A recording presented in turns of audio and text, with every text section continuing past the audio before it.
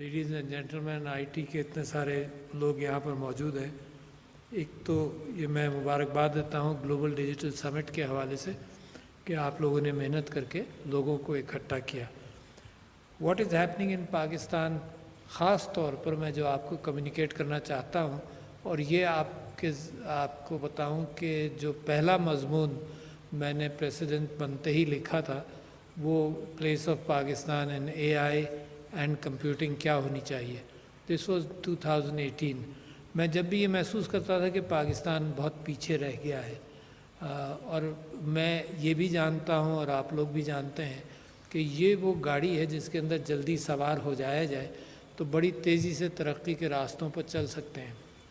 उसकी मिसाल मैं असेंबली में दिया करता था 2013 से 18 तक, और असेंबली में ये कहा करता था मिसाल के तौर पर कि इंडोनेशिया जिसकी आईटी एक्सपोर्ट्स 2016 में $3 बिलियन थी, उसकी आईटी एक्सपोर्ट 2018 में $16 बिलियन हो गई। तो जितनी तेज़ी से ब्रिक एंड मॉर्टर इंडस्ट्री के अंदर तरक्की नहीं होती जितनी तेज़ी से आईटी के अंदर होती है। आप तो कन्वर्टेड हैं, मगर मुझे तो कन्वर्ट करना है दूसरे लोगों को, मुझे तो कन्वर्ट करना है उन लोगों को जो ओपिनियन मेकर्स हैं, जो फैसले करते हैं। और पाकिस्तान अनफॉर्चुनेटली इसमें पीछे है। जिन ममालिक ने इसमें तेज़ी से फैसले किए उसकी एक मिसाल मैं देता हूँ, और वो मिसाल बड़ी अनोखी सी है कि एस्टोनिया एक मुल्क है जिसका फुटप्रिंट जो है अपनी आबादी से कहीं ज़्यादा आईटी के अंदर बहुत बड़ा फुटप्रिंट है। क्यों है? क्योंकि जब एस्टोनिया और लिथुआनिया ये सब आज़ाद हुए थे सोवियत यूनियन से, तो जब फिनलैंड ने एक मिसाल दे रहा हूँ आपको कि फिनलैंड ने उनसे ये कहा कि हमारे पास डिजिटल हमारे पास एनालॉग टेलीफोन PABX सिस्टम है तो हम तुमको दे देते हैं दोनों को मुफ्त। तो लिथुआनिया ने ले लिया, एस्टोनिया ने कहा कि नहीं हम डिजिटल पे जाएंगे। हैं? तो that is the decision making from the leadership. ये इस बात का इम्कान है कि लोग रुकावटें खड़ी करें, मगर लीडरशिप अगर कोई रास्ता उसको नज़र आ रहा है, किसी ऊंची जगह पर खड़ा होकर वो लीडरशिप महसूस कर रही है, या वो लीडरशिप जो दुनिया के चेंजिंग ट्रेंड से वाकिफ़ है, वो लीडरशिप अगर किसी को चीज़ को पहचान ले तो ये मुल्क की खुशकिस्मती है कि ऐसी लीडरशिप हो। नॉर्मल ट्रेंड्स के अंदर ये अचानक कैफियत नहीं आती, ये तो आपके मुल्क के अंदर, मिसाल के तौर पर मैं 2007 में शेंज़न में ये कहता था कि यार ये जो एजुकेशन है ये अब क्लाउड्स के अंदर इतनी है, ये रिकॉर्डेड मैसेजिंग में इतनी है कि university of Michigan for example वहाँ का आज का लेक्चर, ये 2007 की मेरी गुफ्तगू थी शेंज़न चाइना में, कि 2007 का लेक्चर अगर मेरे पाकिस्तानी डेंटिस्ट को मिलने लगे तो वो 4 साल के अंदर they will be as good dentist as anywhere in the world. ये मेरा जब भी ईमान था, मगर मजाल है जो पाकिस्तान के डिसीजन मेकर्स की बात पर इन बातों का उनके ऊपर असर हो। ये तो कोविड है जिसने आकर जूम टेक्नोलॉजी और डिस्टेंस लर्निंग आपको समझा दी और हमें समझा दी, ओपिनियन मेकर्स को समझा दी। वरना ओपिनियन मेकर्स और डिसीजन मेकर्स का तो हाल ये था कि 2 साल के लिए यूट्यूब भी हमने बंद कर दिया। सदर ममलकत doctor Arif Alvi global digital summit से खिताब कर रहे हैं। उन्होंने कहा कि माशी तरक्की के लिए बरामदात में इजाफा बहुत ज़रूरी है। बरामदात में इजाफे के लिए सनतों का फ़रोग अहम है। तेज़ तर तरक्की के लिए इंफॉर्मेशन टेक्नोलॉजी में आगे बढ़ना होगा। इस्लामाबाद में इस वक्त समिट जारी है। सदर ममलकत डॉक्टर आरिफ अलवी समिट से खिताब कर रहे हैं। समिट का मकसद ग्लोबल डिजिटल है और माशी तरक्की के लिए बरामदात में इजाफा बहुत ज़रूरी है। इस बात पर सदर ममलकत ने अपने खिताब में जोर दिया है। उन्होंने कहा है कि बरामदात में इजाफे के लिए सनतों का फ़रोग अहम है। तेज़ तर तरक्की के लिए इंफॉर्मेशन टेक्नोलॉजी में आगे बढ़ना होगा। अगर हम दुनिया के साथ कदम से कदम मिलाकर चलना चाहते हैं तो नौजवान नस्ल को आगे लेकर आना होगा। आईटी के शोबे में हमें तरक्की करना होगी। अगर हम आईटी के शोबे में तरक्की करेंगे तो हम दुनिया के साथ मिलकर आगे चल सकते हैं। पाकिस्तान आईटी के शोबे में अभी पीछे है, कुछ मजीद शोबों में काम करने की ज़रूरत है और माशी तरक्की के लिए यह भी ज़रूरी है कि बरामदात में इजाफा किया जाए। बरामदात में इजाफा बहुत ज़रूरी है और बरामदात में इजाफे के लिए सनतों का फ़रोग अहम है। से फ़ायदा हुआ, जो चीज़ें रॉ कंप्यूटिंग की तरफ जाती थी वो पैटर्न रिकग्निशन से, ये आर्टिफिशियल इंटेलिजेंस का कमाल सबसे बड़ा यही है कि वो पैटर्न्स को समझता है, चाहे वो चेहरे हों, चाहे कोई और कैफियत हो, चाहे वो लॉजिकल पैटर्न्स हो, चाहे वो वर्बल पैटर्न्स हो, वो पैटर्न्स को समझता है, चाहे वो डिजीज़ पैटर्न्स हो, चाहे वो एक्सरे रीडिंग के पैटर्न्स हो। यानी इंसान जो है, मैं रेडियोलॉजिस्ट की मिसाल दे दूं क्योंकि यहाँ पर गुफ्तगू हुई मेडिकल तरफ की, तो radiologist, my late brother in law was a radiologist, तो मैं उसको पूछा कि भाई तुमने कितने एक्सरे देखे होंगे ज़िंदगी में, उसने कहा 100,000 तो ज़रूर देखे होंगे. But today radiology database as far as x rays are concern is of millions and millions of x rays. तो लिहाजा पैटर्न रिकग्निशन वहाँ पर अच्छी है. जो चीज़ रेडियोलॉजिस्ट को आंखों से नज़र नहीं आएगी, वो artificial intelligence under different illumination उसको डिजिटाइज लेवल पर उसको एनालाइज कर सकता है एआई, और उसमें से बड़ी तेज़ी से. तो देयरफॉर क्या हुआ ये कि रेडियोलॉजी, ह्यूमन रेडियोलॉजिस्ट की ज़रूरत कम पड़ेगी, इंटरवेंशनल रेडियोलॉजी चलेगी, मगर human pattern recognition is faster done by AI for example. फिर ये भी एहसास हुआ कि raw data computing, and that the biggest change happen. For example alpha blue एक चेस के लिए और गेम्स के लिए कंप्यूटर गूगल ने बनाया. तो अल्फा ब्लू चेस फील्ड के अंदर रॉ कंप्यूटिंग ऑफ डेटा करता था.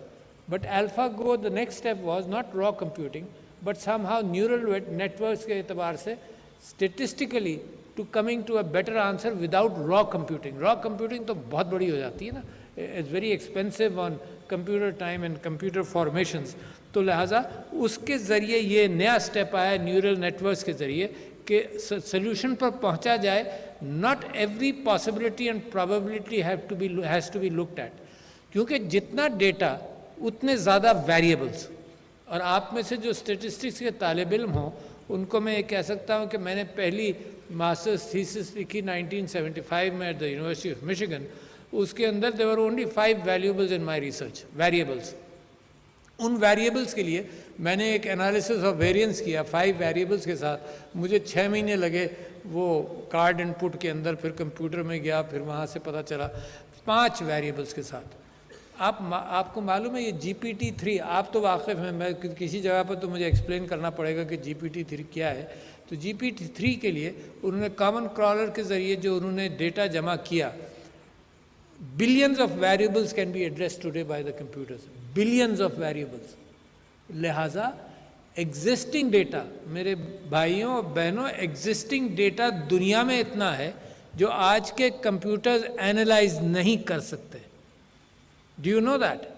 एस्ट्रोनॉमी का डेटा है, मेडिसिन का डेटा इतना है कि आजकल न लोग मिलते हैं इतने, न कंप्यूटर्स इतने हैं.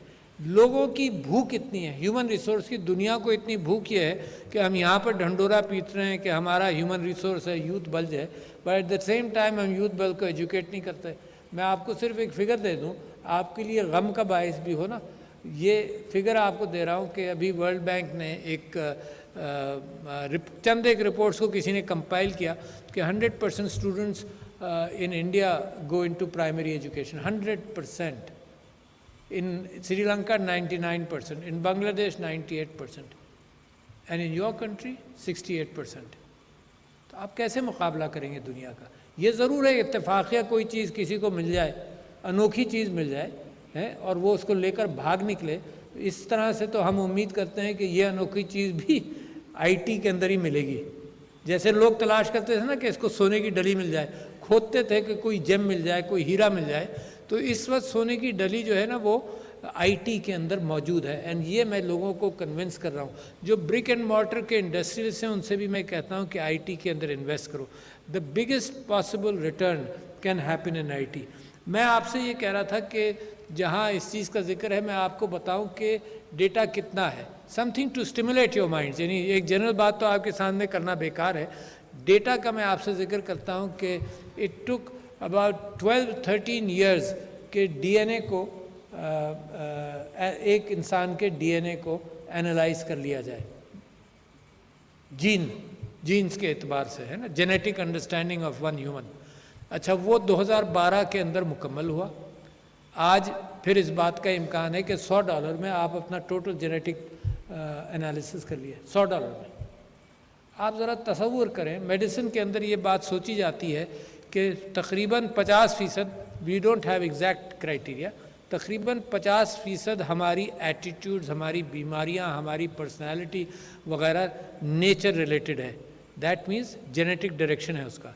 और 50% हमारी नर्चर रिलेटेड है, यानी एनवायरमेंटल है, पढ़ लिया, ये कर लिया, डिसीजन मेकिंग वगैरह, तो 50 और 50 है। आप तसव्वुर नहीं कर सकते कि डीएनए कितना बड़ा रिसोर्स बन सकता है विद वेरिएबल्स, बिलियंस ऑफ, कितने 6-7 बिलियन इंसान हैं, अगर सबका डीएनए एक कॉमन पूल के अंदर बैठकर एनालाइज हो जाए तो ये प्रेडिक्शन के किसको क्या बीमारी होगी, किसको क्या बीमारी का पोटेंशियल है, बीमार फार्मास्यूटिकल्स के एतबार से कितना इनपुट है, जेनेटिक इंजीनियरिंग के एतबार से क्रिस्पर और CS9 के ज़रिए जेनेटिक इंग्रेडिएंट वो निकाल कर कोई दूसरा उसमें लगाकर ज़िंदगी बदल देना is a huge potential as far as longevity is concerned, as far as diseases are concerned। और ये चीज़ें इतनी तेज़ी से आपके पास आ रही हैं, जो मिशेल ने ये बात यहाँ कही, future is closer than you think. तो let me quote another gentleman जिसकी पूरी किताब है future is faster than you think, उसका नाम है पीटर डायमेंडिस, जो लॉन्जेविटी के ऊपर सिंगुलैरिटी यूनिवर्सिटी भी है और उसने ये किताब लिखी। तो मैं आपसे कह रहा हूँ कि इमेजिन करो कि ये जो GPT-3 चैटबॉट तो आज़ाद हो गया ना, अब आपके सारे उस्ताद परेशान हैं, दुनिया के सारे उस्ताद परेशान हैं, पाकिस्तान के भी, कि ये चैटबॉट GPT-3 तो और ज़्यादा सोफिस्टिकेटेड है कि चैटबॉट के ज़रिए स्टूडेंट्स अपने एसेज लिख लेंगे, अपनी थीसिस लिख लेंगे, अपनी रिसर्च डॉक्यूमेंट कर लेंगे, and they have no idea how to counter that. पहला तरीका तो वही है, पुराने टूल से बंद कर दो, बैन कर दो, स्कूल्स में बंद कर दो, that's the easiest tool which comes to your mind है। अच्छा, ये भी हो रहा है, some schools, some education institutions in the US are banning chatbot, GPT chat from schools, ये भी हो रहा है। मगर ये कि आगे चलकर आपको देखना पड़ेगा। मैं जब डेंटिस्ट बना तो मैं, आप लोग जब साइंस जो भी आपने पढ़ा, जब आप बने तो मुझे याद करना पड़ा कि डिजीज़ेस कितनी हैं, जिगर की, पेट की, दिमाग की, दांतों की, और साथ साथ ये याद करना पड़ा कि डिजीज़ेस के डिस्क्रिप्शन, उसकी सिम्टोमेटोलॉजी, फिर ये याद करना पड़ा डिफरेंशियल डायग्नोसिस करो, तो ये सब कुछ मुझे याद करना पड़ा। तो आपका ज़माना जो आया, जैसे माय ग्रैंडसन जाफिर नाम है उसका, he is in dental school, वो कहता है दादा मुझे याद करने की क्या ज़रूरत है, एवरीथिंग इज़ हियर। अच्छा, so there is a major change which is happening. If everything is here, why should I remember? I can read it, I know it, but why should I remember? Because everything is here. अच्छा, लिहाजा therefore, अच्छा ऐसे भी इस पे लिखा जा सकता है, थीसिस भी लिखी जा सकती है। So when everything is here, तो ह्यूमन काइंड जो है वो बेसिकली एक ही टूल पर अब आ गया, its ability to analyse and make a judgment. ठीक है ना, डॉक्टर तो जजमेंट करेगा ना। बाय द वे मैं आपको ये बता दूं कि ये जब इतनी सोफिस्टिकेटेड बातें भी हो रही हैं ना, तो my institution and my LV dental hospital before AKU was paperless in 2007, and we communicated paperless, and we communicated between two institutions continuously. X ray यहाँ लिया, वहाँ नज़र आ गया, वी वर पेपरलेस। हमने 2 साल अपने पेशेंट, फिजिकल पेशेंट फाइल्स रखे safety के लिए, रिकॉर्ड के लिए, कि कहीं ऐसा ना हो कि कंप्यूटर गिर जाए, जो भी जो यानी सेटबैक हो जाए तो हमारा। फिर हमने रियलाइज़ किया कि बिल्कुल बेकार है, फिजिकल स्पेस है, हमने सारा पेपर जो है वो बिल्कुल ख़त्म कर दिया। इस बात को भी 10-12 साल हो गए हैं। तो ये मैं समझता हूँ कि क्योंकि हमने रिकग्नाइज़ कर लिया, एक चीज़ रिकग्नाइज़ कर ली जो हमारी एफिशिएंसी बढ़ा रही है। कोई तमाशे की बात नहीं थी, कोई कन्विंस हो ना हो, हम तो अपना काम कर रहे थे ना। तो इसी हवाले से इतना पेशेंट्स का डेटाबेस है जिसके अंदर अब आपको मैं एक और चीज़ आपको समझ आएगी कि आजकल मैं क्या कोशिश कर रहा हूँ। और एक बीमारी है जो जिससे आप वाकिफ़ भी हैं, वो बीमारी है स्ट्रेस की। Human rights, national human rights commission ने अगस्त के अंदर ये बताया कि जी पाकिस्तान के 24% लोग एक वक्त में स्ट्रेस में हैं, आज 24%। लिहाजा अब मैं डॉक्टर्स की तरफ देखता हूँ, कितने डॉक्टर्स हैं साइकियाट्रिस्ट? 500। अच्छा, 24% क्या नंबर हुआ? 5 करोड़, और 500 डॉक्टर हैं। अंडरस्टैंड करो प्रेडिकमेंट मेरे मुल्क का है। 5 crore patients, possible patients, discriminate करना पड़ेगा।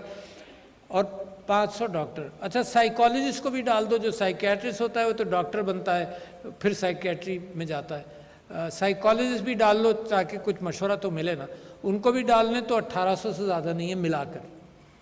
और पेशेंट्स कितने पॉसिबल हैं? 5 करोड़। अच्छा, सो वेयर टू गो?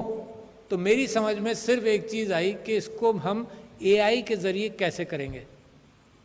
अच्छा, ये अगस्त की बात है, अगस्त को मेरे कान खड़े हुए इस बात पर। तो the first opportunity I came across was to be able to convince the decision makers, the law makers in the assembly कि भाई एक बहुत बड़ा क्राइसिस है पाकिस्तान में। ये जो आप देखते हैं कि बच्चियों को मार दिया, आदमी को मार दिया, इसको मार दिया, ये तो बात के ये टिप ऑफ द आइसबर्ग भी नहीं कहलाएगा।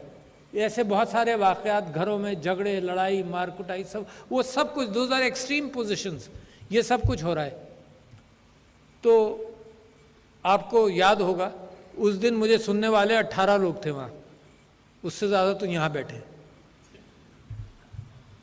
जब प्रायोरिटी कौम की कन्फ्रंटेशन हो, जब प्रायोरिटी कंटेनर टेक्नोलॉजी हो, तो फिर रियल इश्यूज़ पर उनका ध्यान डलवा।